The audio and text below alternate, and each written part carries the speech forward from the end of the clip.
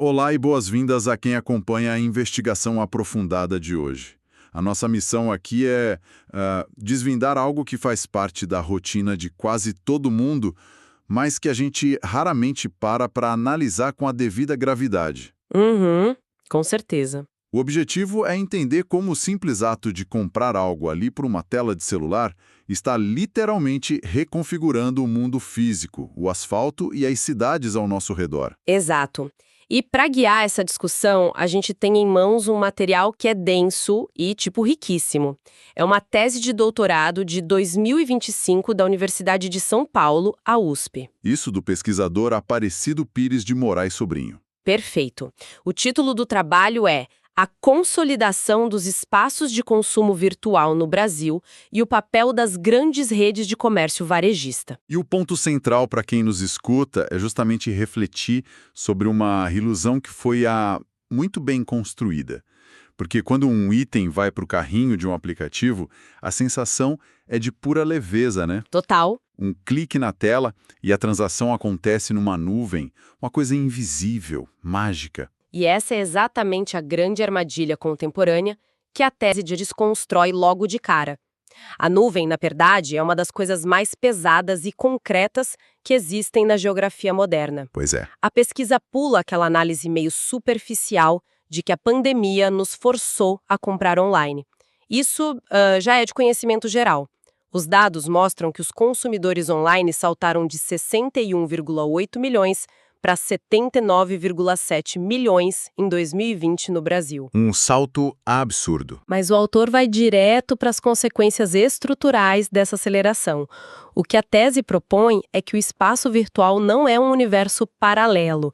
Ele é, tipo, um predador do espaço físico. Ele engole rodovias, exige a construção de galpões colossais e altera a malha urbana que a gente habita. Bom, vamos destrinchar isso. Porque a base teórica da pesquisa foca justamente em como o esforço geográfico mudou de dono, digamos assim. Uhum. No modelo clássico do varejo, o esforço de superar o espaço físico era inteiramente de quem comprava. A pessoa precisava sair de casa, enfrentar o transporte público ou o trânsito, caminhar por um shopping center. Procurar o corredor certo no hipermercado. Exatamente. Escolher o produto, carregar o peso e fazer o caminho de volta. Já nessa realidade dos espaços de consumo virtual, a lógica sofre uma inversão absoluta. Quem consome fica estático. É a mercadoria que precisa cruzar oceanos, rodovias e bairros para chegar até a porta. Essa inversão do movimento é o grande gancho para a análise mais robusta que o autor faz. Ele usa a geografia clássica para entender esse mundo digital. Ele resgata as 4 categorias teóricas do renomado geógrafo brasileiro Milton Santos. Forma, função, processo e estrutura. Isso. E o brilhantismo da tese está em provar que um aplicativo de smartphone possui todas essas características de forma tão palpável quanto um prédio de concreto. Espera, vamos pausar aí porque aplicar teoria de geografia física num aplicativo de celular soa meio abstrato. Como essas 4 categorias funcionam na prática, ali na tela de um e-commerce? Excelente ponto. Vamos à anatomia da coisa. A forma é a interface visual, a arquitetura do aplicativo. A disposição dos botões, o menu de categorias, a barra de busca, as cores que chamam a atenção para o botão de comprar. É como se fosse a planta baixa de uma loja física, certo? Tudo desenhado para guiar o olhar. Perfeito, é exatamente isso. Tudo ali é desenhado milimetricamente. E a função é o papel que esse espaço exerce. Além de vender produtos, a função contemporânea desses aplicativos é coletar dados de navegação e reter a atenção através de entretenimento. Certo, forma e função são mais intuitivas. E as outras duas? Aí a gente entra na complexidade. O processo se refere à evolução histórica que permitiu que essa forma existisse. A gente não foi do nada para o aplicativo de entregas em 1 hora. Houve um processo que passou pela internet discada, pelos sites lentos. A popularização do 3G. Exato, até chegar à hiperconectividade do 5G e, finalmente, a estrutura, que é a matriz social e econômica que sustenta tudo isso.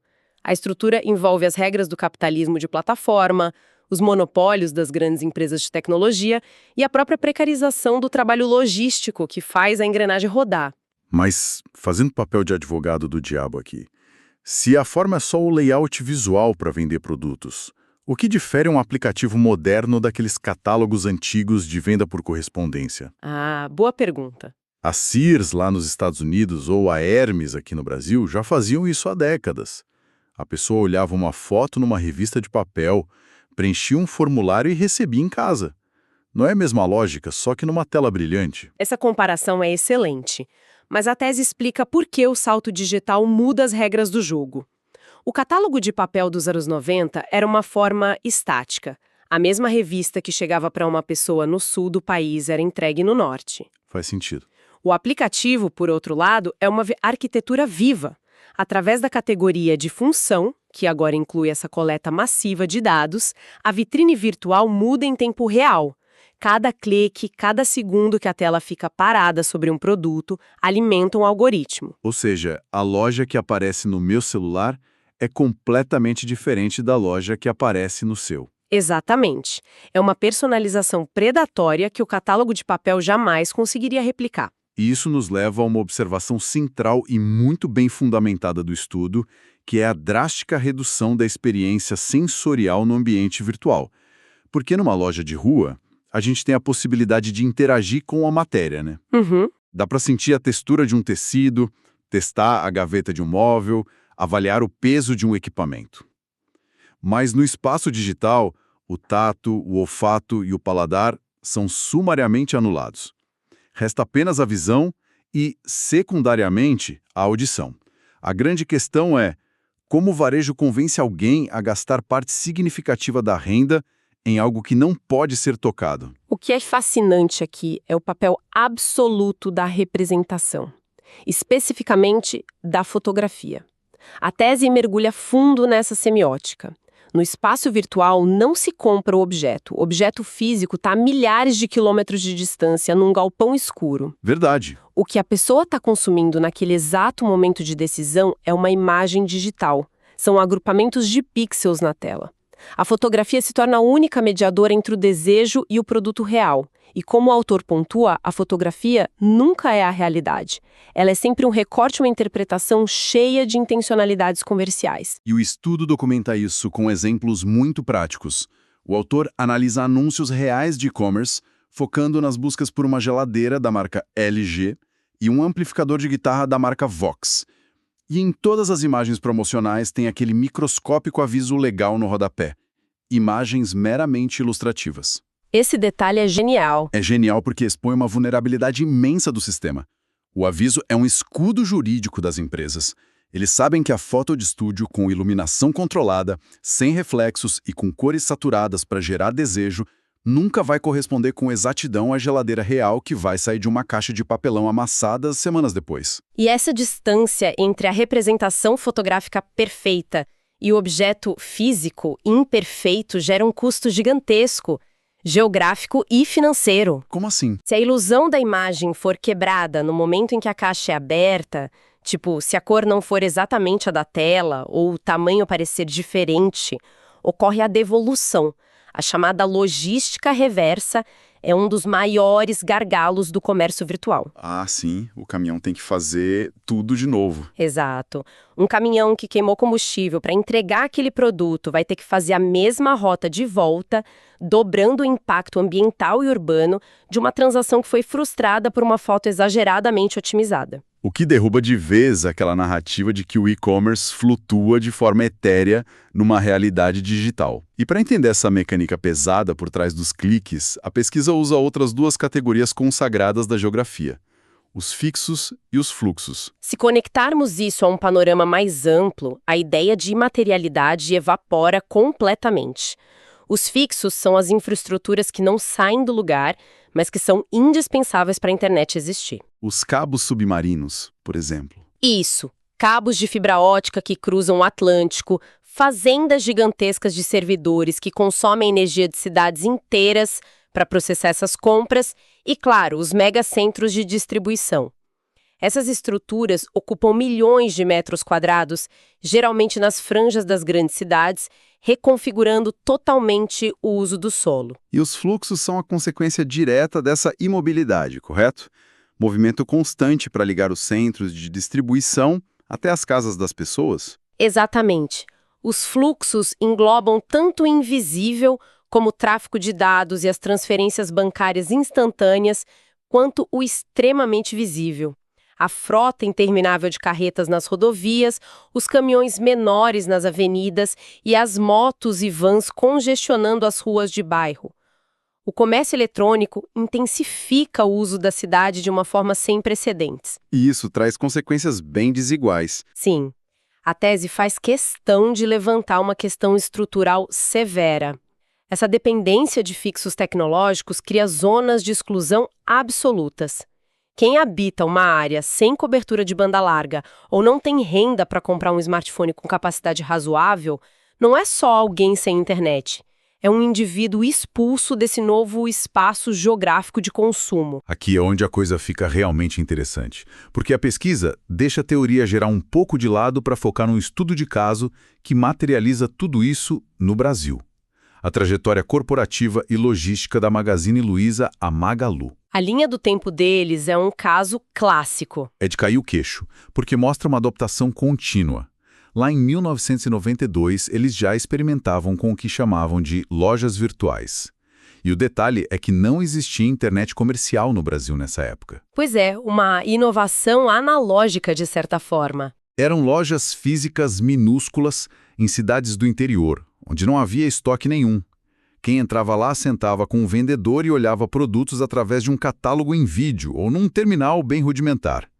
Aí passamos para o site no ano 2000, o foco total no smartphone em 2015, até chegar à explosão do modelo de marketplace em 2016. A análise desse período revela como a Magalu deixou de ser uma mera vendedora de eletrodomésticos para tentar se tornar um monopólio geográfico e digital.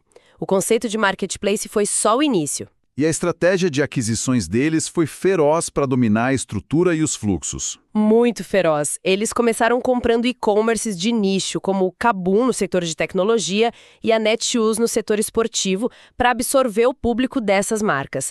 Mas o verdadeiro salto estratégico foi a aquisição de infraestrutura pura. O que nos leva ao conceito de plataformização. Para simplificar o jargão para quem está nos acompanhando, é como se a empresa deixasse de ser apenas uma das lojas dentro de um shopping center e decidisse comprar o prédio inteiro. Uma analogia perfeita. A partir desse momento, ela passa a cobrar aluguel, taxas de manutenção e pedágio de todos os pequenos lojistas que queiram colocar uma barraquinha lá dentro, usando as estradas e caminhões que o dono do shopping agora controla. Eles se tornaram os donos da infraestrutura.